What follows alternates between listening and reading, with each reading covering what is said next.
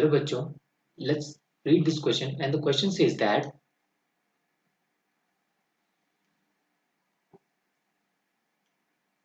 which of the following statements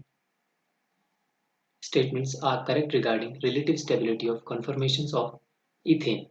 So हमारे पास जो first option given है ये है there is a minimum repulsive force and maximum stability of molecule in case of staggered form.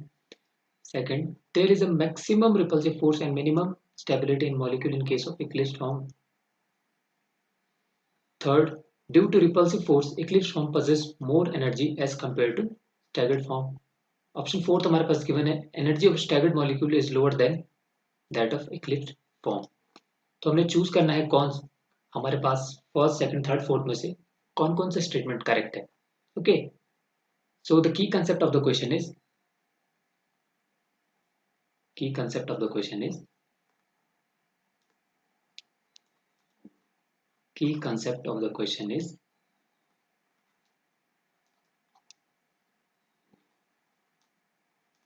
conformational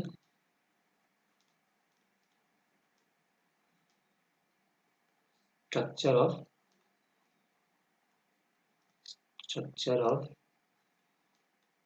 or ethane.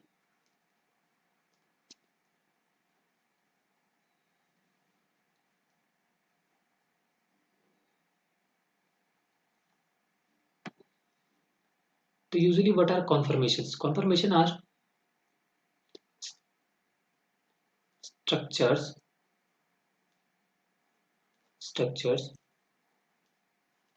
formed due to rotation around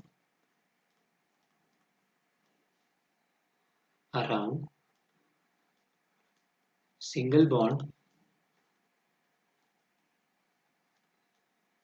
called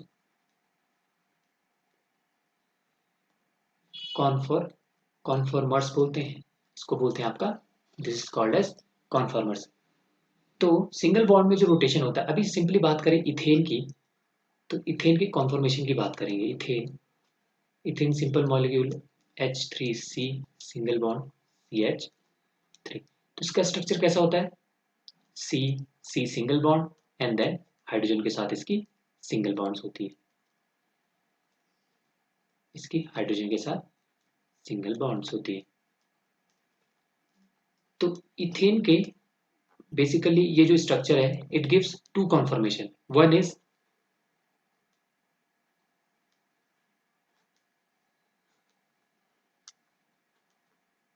this is called, इसमें सारी जगह ये H added है यहाँ पे.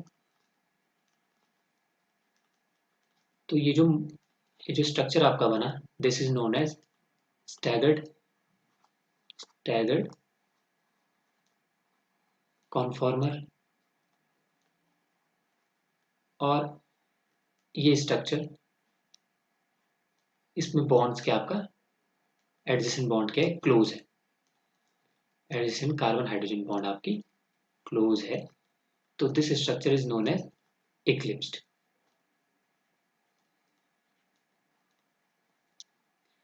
सो इक्लिप्स फॉर्म में staggered form में क्या होता है? Staggered form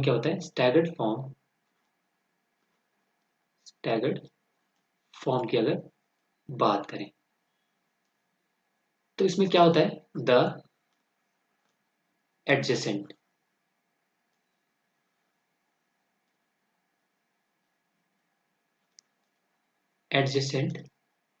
carbon hydrogen bonds are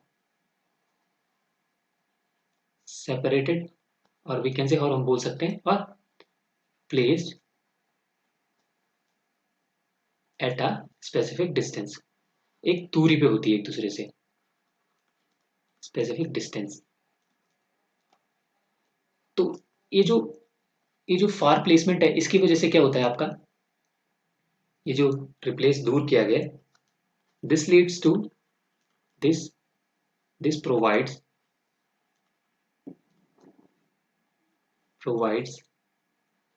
less repulsive repulsive interaction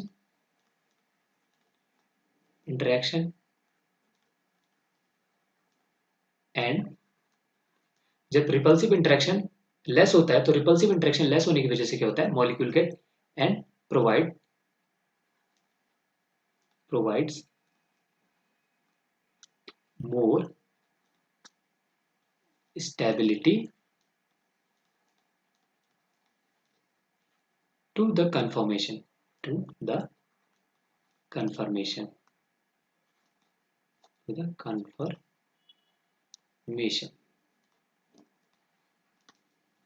अभी नेक्स्ट जो हमारे पास इक्लिप्स फॉर्म है, वी हैव इक्लिप्स फॉर्म। तो इक्लिप्स फॉर्म में सिंपली क्या है, तो bonds are placed close to each other, एक दूसरे के आसपास प्लेस्ड है बॉन्ड। तो बॉन्ड के क्लोज होने से क्या इफेक्ट पड़ता है, रिपल्सिव फोर्स ऑफ इंटरेक्शन बढ़ता है, interaction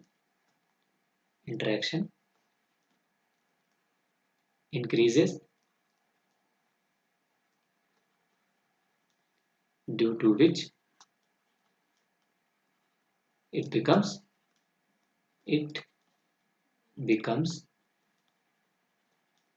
less stable।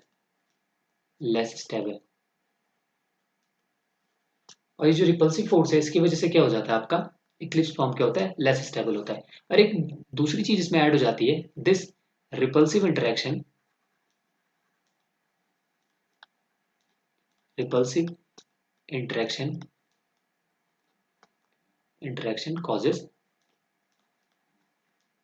causes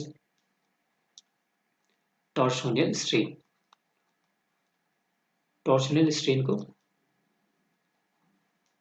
strain को रेज करता है, ठीक है। और इन टर्न ये टॉर्शोनियल स्ट्रेन क्या करता है, in turn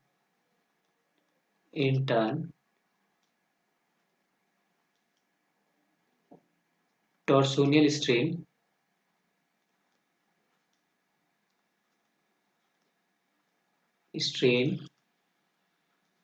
causes, torsional strain की वजह से क्या होता है आपका,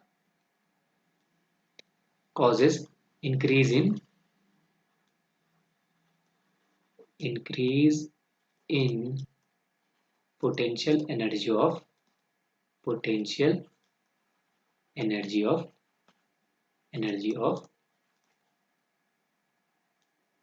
the particular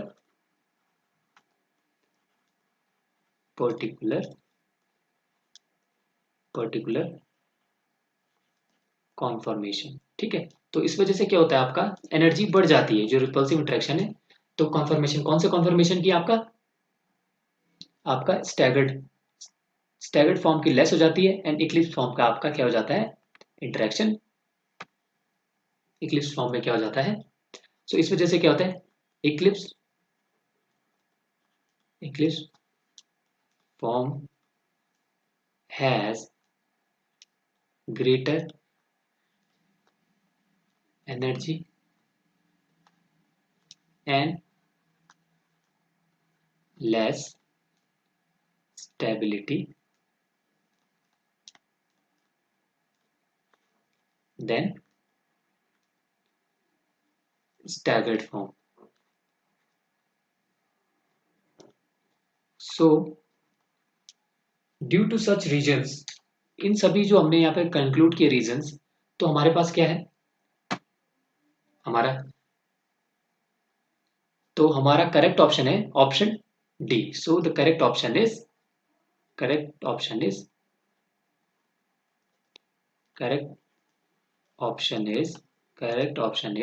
option D, which is all of the above are 1, 1st, 2nd, 3rd, 4th, all 4 statements are correct। I hope you all understood well. Thank you.